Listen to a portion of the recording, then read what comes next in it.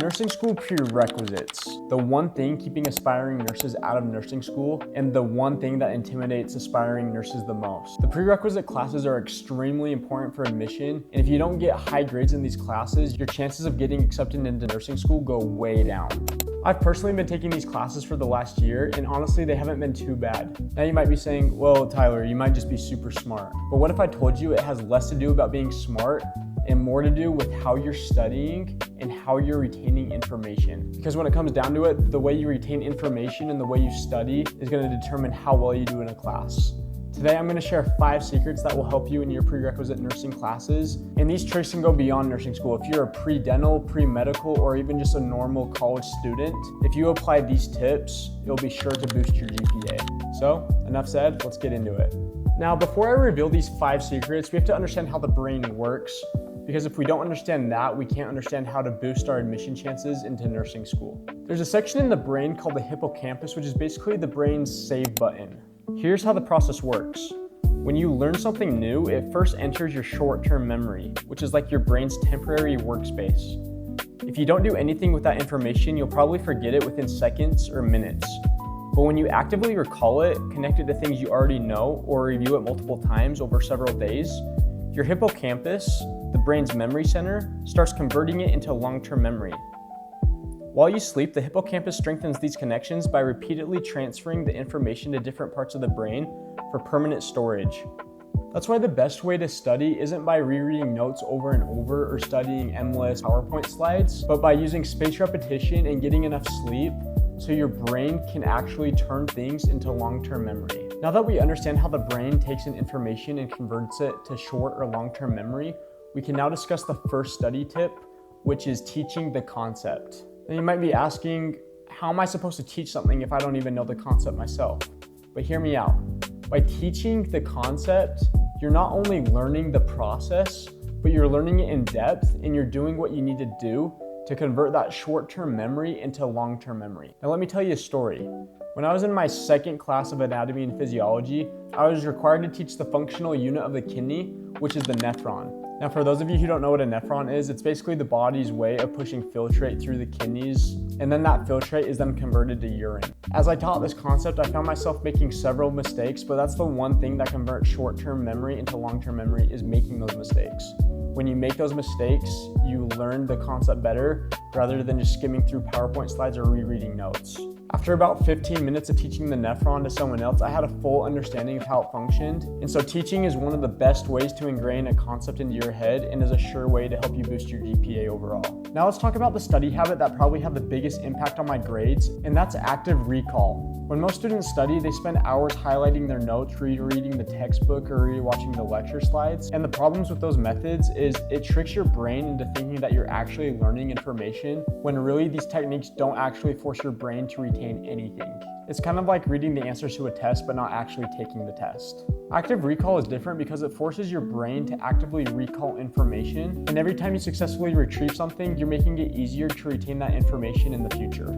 For example, let's say you just finished studying the cardiovascular system, which is a very complex system in anatomy and physiology. Instead of immediately moving on after learning the concept, I would put my iPad down and ask myself, can I explain the blood flow of the heart? If I couldn't, then I would go back to my notes and try to remember everything I could and try to actively recall the information that I had just learned.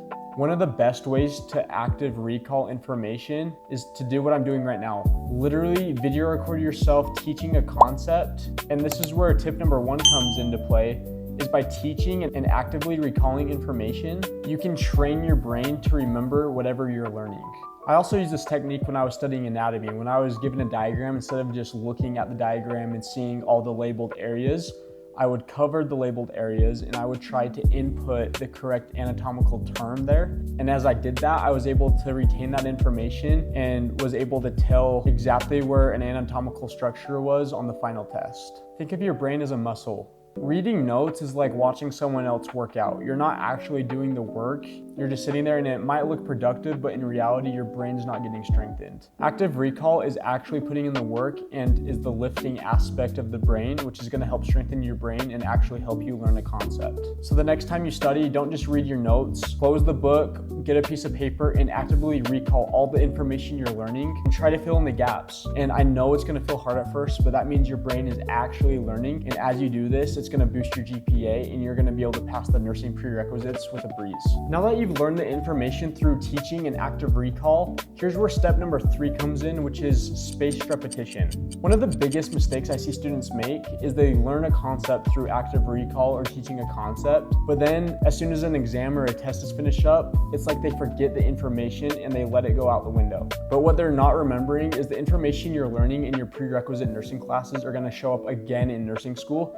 And so these are crucial moments to really know the information that you're learning so that you'll be able to provide patients with the best care when you become a nurse. Think about learning someone's name. If you only meet that person once, there's a good chance that you're going to forget their name.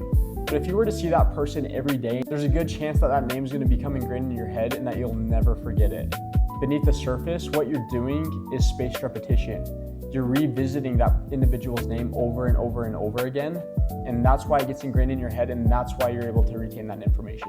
When you combine spaced repetition, active recall, and teaching a concept together, it creates a powerful combination that benefits students drastically and will increase your chances of getting A's in your classes. This will be so important for you if you're trying to get into nursing school because it will really give you a competitive edge over other applicants. The fourth study tip is to practice exactly how you'll be tested.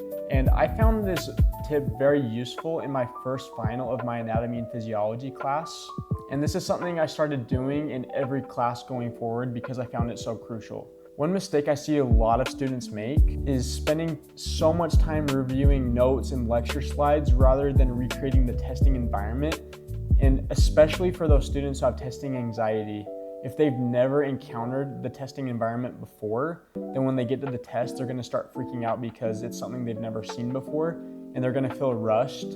And by being rushed, you're not gonna feel like you have enough time to answer questions. Instead, I recommend creating a practice environment that is exactly like how your final or your end exam will be.